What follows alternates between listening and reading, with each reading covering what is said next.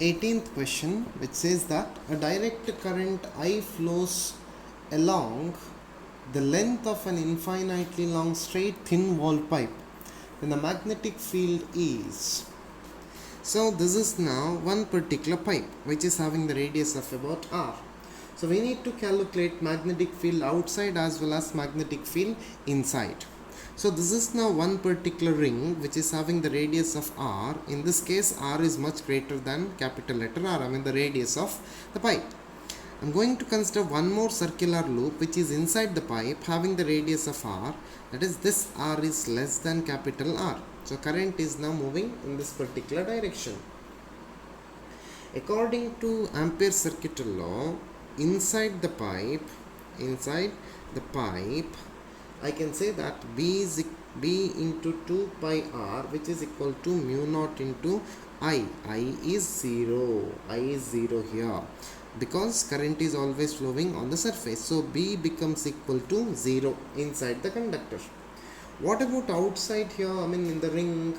So this B into 2 pi r, which is equal to mu naught into I, or B becomes equal to now mu naught into I divided by 2 pi r, mu naught into I divided by 2 pi r. So for 18th question, option C is correct. Option C is correct. 19th question, my dear students, it is easy. So 19th question, which says that a galvanometer of resistance 240 ohm allowed only 4% of the main current after connecting a shunt resistance. The value of shunt resistance is, easy question, you need to calculate the value of shunt resistance. So this is now galvanometer and the shunt resistance is connected. This is yes. So main current I is now flowing, this current is now Ig, and this current is now I minus Ig, this current is I minus Ig, this is shunt resistance, and here it is now I again. G value is given, G is equal to 240 ohms. So Ig becomes equal to now 4 divided by 100 I, they have given. And I also know I minus Ig into S, which is equal to Ig into G. Potential drops are same. So we can write I minus 4 by 100 I into S, which is equal to Ig into G. Ig is, what is the value of Ig? It is 4 by 100 I. It is now 4I divided by 100 into 240. So S becomes equal to now 4 into 240 divided by 96. So answer is 10 ohm. 10 ohm means option A is correct. Option A is correct for 19th question. 20th question. A coil of n number of turns is wound tightly on in the form of a spiral with inner and outer radii A and B respectively. When a current of strength I is passed through the coil, the magnetic field at its center is. We need to calculate magnetic field at its center. So it is now in the form of spiral spring. So this is now spiral.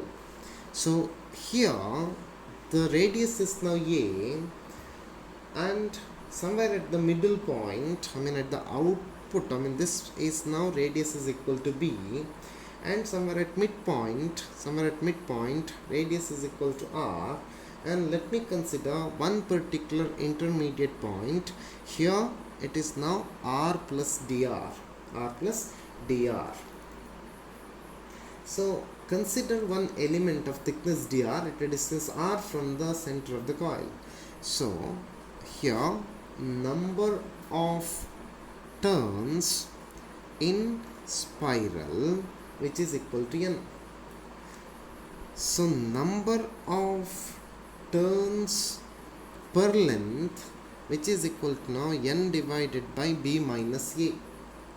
Number of turns in element dr, number of turns in dr, which is given by dn is equal to n into dr divided by B minus A. So magnetic field due to that dr can be given by dB is equal to mu naught divided by 2 into r into I into dn, which is equal to mu naught into I divided by 2 into n divided by b minus a into dr by r.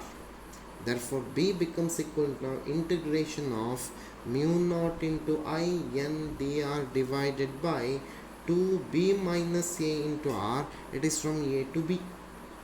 So which is equal to now constant mu naught I n divided by 2b minus a is constant, integration of dr divided by r starting from a to b, limits are a to b, which implies mu naught I n divided by 2 into b minus a log to the base e b by a. So which is the option D is correct. Important question, option D is correct.